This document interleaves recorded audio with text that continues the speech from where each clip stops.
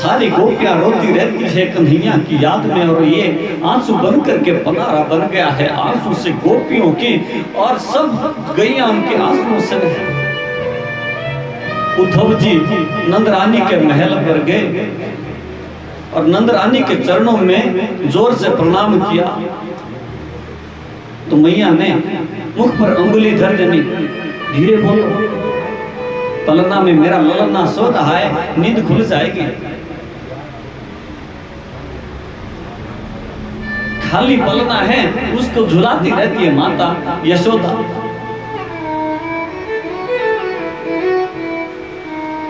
उद्धव को लगा कि ये माता कन्हैया के वियोग में कितनी पागल हुई पड़ी है।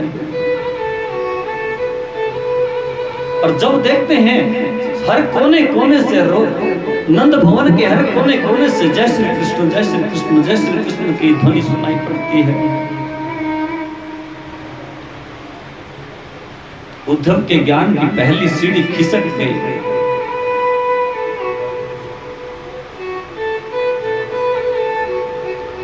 आज रात भर नंद बाबा और मैया यशोदा से उद्धव ने बातें की। उद्धव, एक बात मुझे बहुत ज्यादा तकलीफ देती है, वो यही कि मैंने एक दिन अपनी मिट्टी के मटके फोड़ दिए थे कन्हैया ने मेरे, उसके बदले में मैंने उसको ओखल से बांध दिया।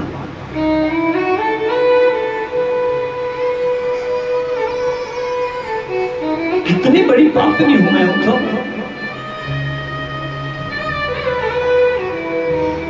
शायद यही कारण है कि कन्हैया मुझसे रूठ गए, और परसों कह करके गया था, आज बरसों बीत गए लेकिन नहीं लौट करके आया।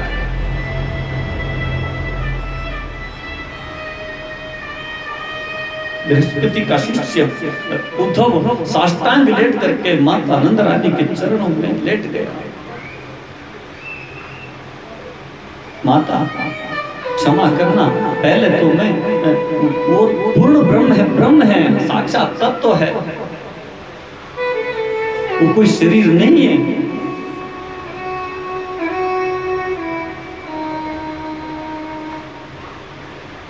मैया यशोदा बोली, उद्धव मुझे पता है, लेकिन ये पता मुझे तभी लगा जब अक्रूर जी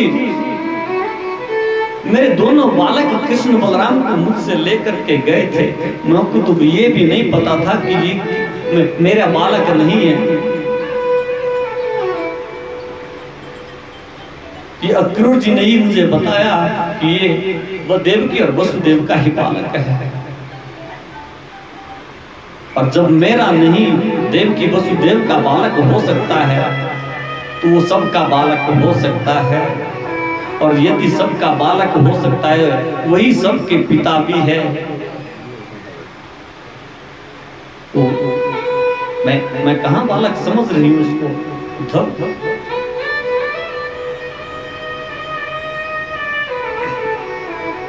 प्रातः होते ही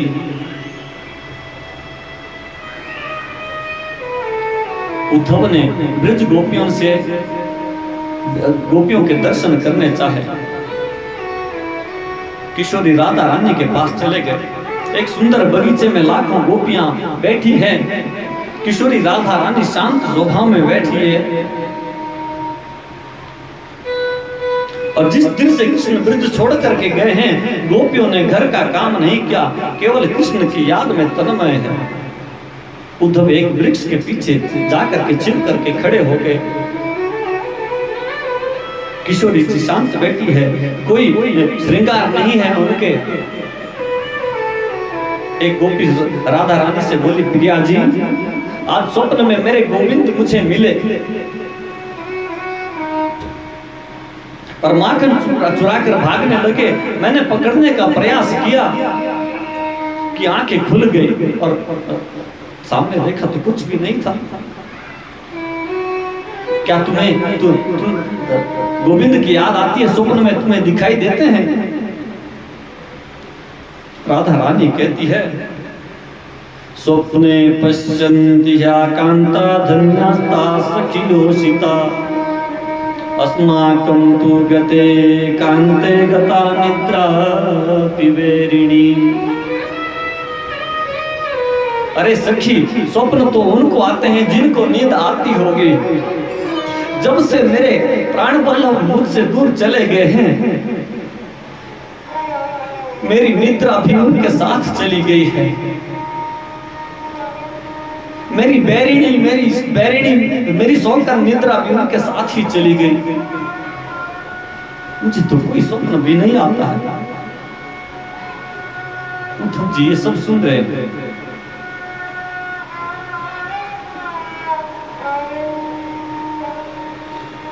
और मन ही मन विचार करने लगे, अरे ये ब्रज गोपियां इतनी तन्मय है भगवान उस पर ब्रह्म के प्रेम में, और वो इतने निष्ठुर की वहां पर बैठे हैं, उनको दर्शन देने नहीं थे।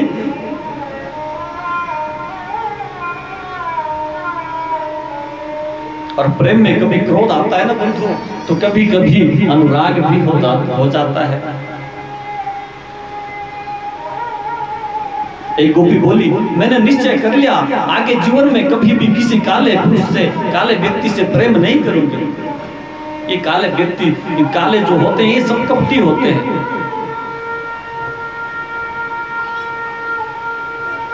उड़ता हुआ भौरा एक आया और फूल पर जा बैठा, गुंजार करता हुआ भौरा आया।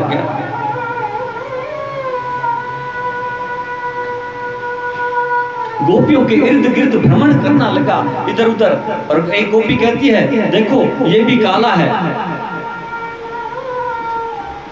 जरूर कृष्ण ने इसको भेजा होगा, उसका सखा होगा ये। उद्धव जी खड़े खड़े ये सब देख रहे हैं, सुन रहे हैं।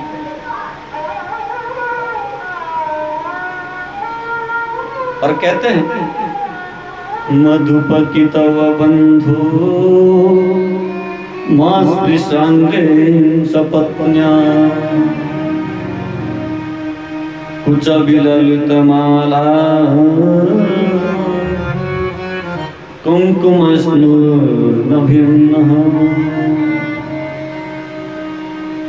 अरे भौरा क्यों बार बार हमारे पैरों में गिरता है, क्यों बार बार आकर तकलीफ देता है हमें। तुम उसी कपटी कृष्ण के मित्र हो ना, हम सब जानते हैं, और आज का नहीं, वो जन्म जन्मांतर का कपटी है।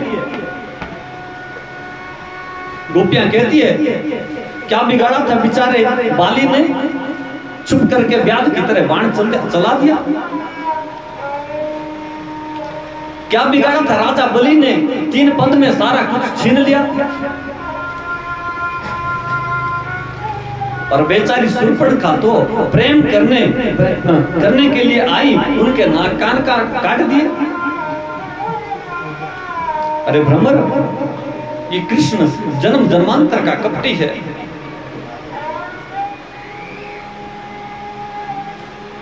कृष्ण से जिस किसी ने भी प्रेम किया उसे धोखा मिला। लेकिन भौरा, हम सत्य कहते हैं, इतना सब कुछ कहने के बाद भी हम भूल नहीं सकते हैं उनको। एक गोपी बोली, तुम कपटी कह रही हो भौरे को, अरे सच में ये कन्हैया का मित्र होगा, जाकर के ये सारी बातें बता देगा और हमारे कन्हैया बड़े दुखी हो जाएंगे, बड़ी तकलीफ होगी उनको। हम नहीं चाहती है कि हमारे प्राण प्रियतम को हमारे कारण किसी भी प्रकार का दुख मिले।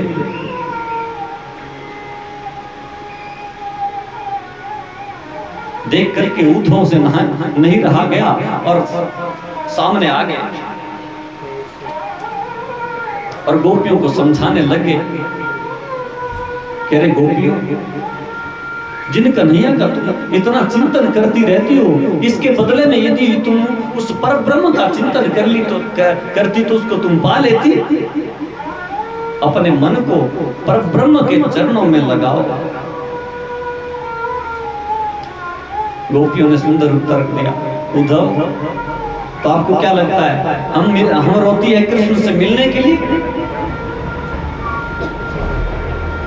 यदि कृष्ण से मिलना होता तो वृंदावन से मथुरा ज्यादा दूर नहीं है, सुबह जाती तो शाम को लौट भी आती और 2 बार दर्शन भी करे आती। और आप बात मन को लगाने की कहते हैं ना, ब्रह्म में लगाने की बात करते हैं ना। उधो मन न रहे 10-20, मन न रहे 10-20, एक ही थो सो गयो श्याम संग, अब आराधे ईश, मन न रहे 10-20।